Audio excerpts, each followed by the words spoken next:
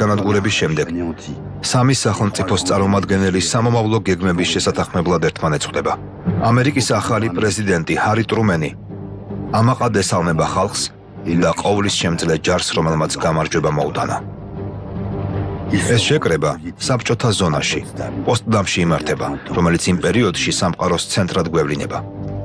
სტალინი კონფერენციაზე ერთი დღის დაგვიანებით ჩადის.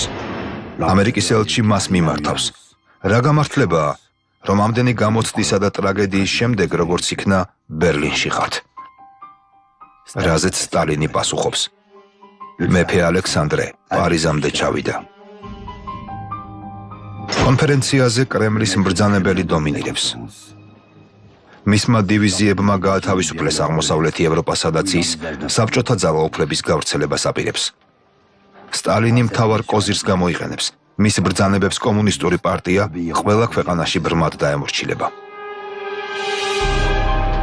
შეხვედრის დროს სტალინი ჰარი ტრუმენის პირდაპირ ზის. მისთვის ამერიკის პრეზიდენტი ჩვეულებრივი მომღიმარი ადამიანია. როგორ უნდა შეადაროს ის რუზველტს? ტრუმენს არც ჭკუა აქვს, არც განათლება. მაგრამ რუზველტის მემკვიდრე პოსტდამში ხელცარიელი არ ჩამოდის. მასაც აქვს კოზირი, მაგრამ ეს სახელმწიფო საიდუმლოა.